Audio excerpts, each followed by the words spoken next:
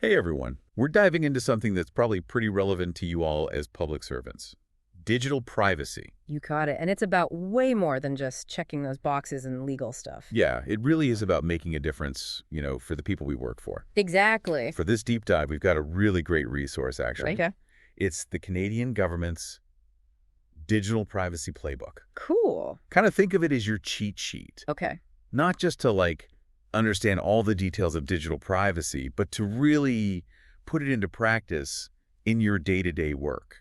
What I think is so interesting about this playbook is it breaks down privacy into the different stages of a project, Yeah, just like the ones you're all working on. exactly. It's about giving you actual tools, Yeah. not just concepts. Okay, let's jump into this. Let's do it. The playbook really stresses planning for privacy. Right. It's not just something you tack on at the end. Yeah, you're so right. It is the foundation. Yeah. Imagine you're building a house. Would you wait until the roof's on to think about the plumbing? Probably not a good idea. No. Privacy's kind of like that plumbing. Got it. You got to build it in right from the beginning. That's such a good analogy. Thanks. And for us, working Yeah. in public service, this is so important Huge. because we're dealing with sensitive data every day. Every single day. So getting this right from the start builds that trust Absolutely. and can help us avoid headaches later. For sure. And one thing the playbook says is you got to engage privacy experts early. Yeah. You need to bring in all those different viewpoints, right from when you start brainstorming. And it's interesting because it's not just about being legally compliant. No. It's about designing better services, Yeah. more citizen-centric. Exactly. So imagine you're working on that new benefits portal. Okay. If you bring in a privacy expert right at the beginning, they can help you see potential problems you didn't even think about, Oh, like what? like how to collect less data right from the start. I see. So instead of asking for their full birthday, you could just ask for the year. Exactly. Or maybe just their postal code instead of their full address. You got it. That protects privacy, but it also can make things easier for people using the site. It makes the process smoother. Yeah, Huh. 100%. The playbook also talks about identifying your personal information. Hmm. And I thought that was so interesting. Yeah. It's about being intentional, Yeah. about what information you collect and asking yourself, do we really need this? Right. Like if the answer is no, You don't collect it. don't collect it. Every piece of info you have increases the risk. So it's all about being mindful and only getting what you need. Minimizing that risk. Yeah. It's like packing for a trip. Oh, I like that. You're not going to bring your whole wardrobe. Nope. You pick out just what's essential. Exactly. Same with data. We need to pack light Pack light. and just take what we really need. By doing that, you're not just protecting privacy, you're also streamlining your processes. You're being more efficient and saving time and resources. And it's a win-win for everybody, especially the people we're serving. You got it. Okay, let's bring this to life. Okay. Imagine we're launching a new website, Yeah. an online portal Okay. for people to access benefits. Gotcha. So we want to make it really easy to use and accessible, Right. but we also need to handle people's information responsibly. Of course. So how does the playbook's advice on collecting, using, and sharing data come in here? Yeah, good question. Well, first you got to think about what information you actually need to collect. Do you need a whole birth date or just the year? Okay, and then you got to think about how you're going to use that information within the site itself. Right. And will you share it with anyone? And if so, who? Exactly. And how are you going to keep it safe, from people who shouldn't have access to it? Yeah, those are all really important things to think about. They are. It shows how these principles, minimizing and identifying your personal information, they actually have a real impact Real world impact. on how we deliver services Sure. and ultimately how we affect the lives of the people we serve. Exactly. It's all about finding that balance Yeah. between providing services and making sure we do it in a way that respects people's privacy and builds trust. Yeah, I like that. D2.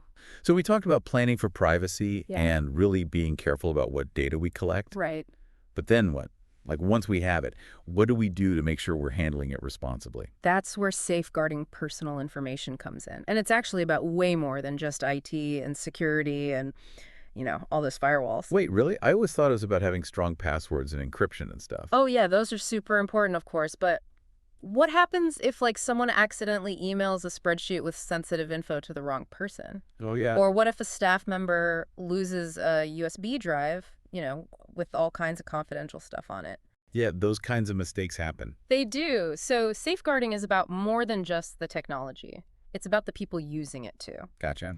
You want to create a whole culture of privacy within our organizations. Yeah. It's about having clear policies and training everyone regularly and just making sure everyone really gets it, how important it is to protect this information. I like that. It's like everyone has a role to play. Exactly. It takes a village, right? Yeah. The Playbook even talks about having a privacy breach management toolkit because, even with the best systems in place, things can still happen. Yeah, you got to be ready for those oh no moments. You do. So having a plan in place is key. Okay. It's about turning a crisis into something you can manage, and having a clear plan protects everyone, the citizens and the organization.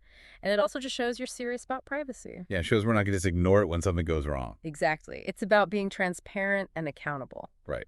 Okay, so the playbook also talks about some common privacy deliverables. Right. And these are like the concrete things we produce that show we are committed to privacy. Yes. Things like privacy notices and privacy impact assessments, personal information banks, information sharing agreements. No. I'll be honest, when I hear deliverables, I think paperwork. I know a lot of people do, but there's more to it than that. Okay, there is. These deliverables are really tools for transparency and accountability.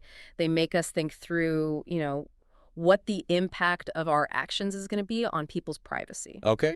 And to communicate all that clearly to the public. So it's not just ticking boxes. No, it's about showing people this is what we're doing with your data and here's why. Yeah, like those cookie banners you see online. Oh, yeah. Just clicking accept without really knowing what you're agreeing to. Yeah. It's not really consent. No, you have to give people the information and real choices. So privacy notices, they're like these little guides to how we're using personal information. They are. They tell you what we collect, how we use it, who we might share it with, and how you can access your info and correct it if something's wrong. So it's like a window into how we're doing things. Right, exactly. And they're not just for the public, right?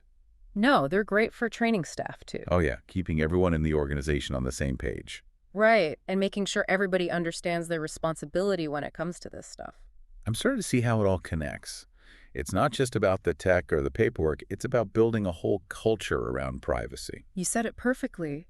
And when we get this right, we're not just following the rules, we're showing people we care about their privacy. Yeah. And that builds trust, which is so important for everything we do as public servants. It really is. Yeah. Wow. Okay, so we've covered a lot. Yeah. Planning, safeguarding, creating a culture of privacy. It is a lot. It is a lot to take in. Yeah. But, the Playbook does a good job of breaking it down into manageable chunks. Right.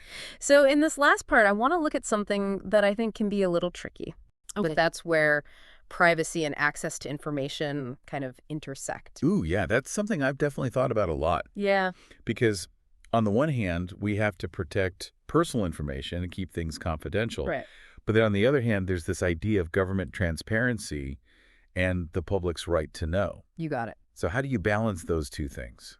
That is the question a lot of us face every day. It is. And the key is to remember that they're not actually opposites. Okay. Privacy and access to information, they both come from the same core value. Which is? Trust. Okay, interesting. Tell me more. Think about it. When people trust that the government's handling their information responsibly, protecting it from people who shouldn't see it, then they're more likely to use government services, give accurate information, participate, be involved. Yeah, that makes sense. If I trust you, I'm more likely to share with you. Exactly. And then on the flip side, when the government is transparent and accountable, people can see how decisions are being made, how their money is being spent. That also builds trust. So it's like this cycle. Yeah. Transparency leads to more engagement, which builds trust, which then leads to more transparency. You got it. I like it. But how do we actually make that happen, in the real world? Okay, well, let's think about that benefits portal again. Yeah. We want people to be able to find what they need, get the services easily, but we got to make sure we're protecting their information.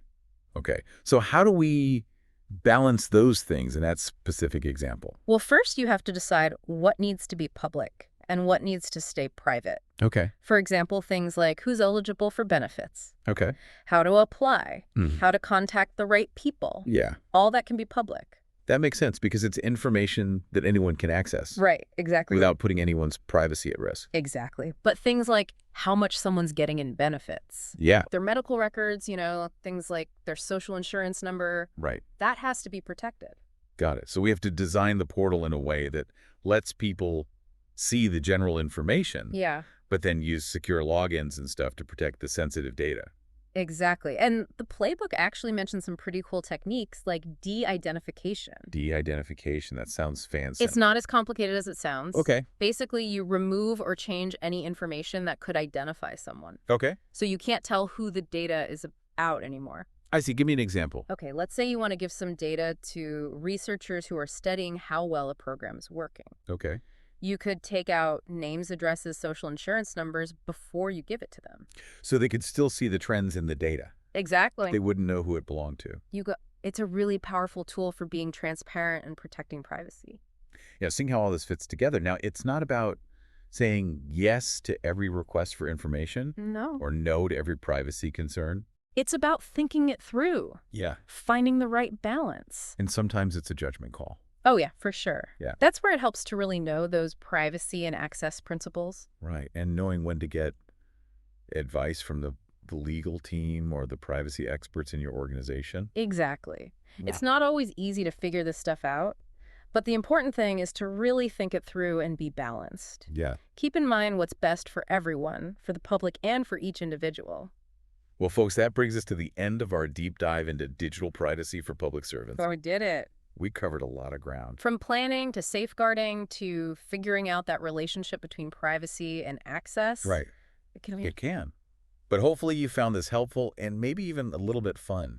I hope so. Remember, the Digital Privacy Playbook is a great resource. Full of practical tips and real-world examples. So as you go about your work serving the public, just keep privacy in mind. It's so important. It's not just about following the rules. No, it's about building trust, respecting people. And ultimately making a difference. In the lives of the people we serve. Exactly. Thanks for joining us on this deep dive. And until next time, stay curious.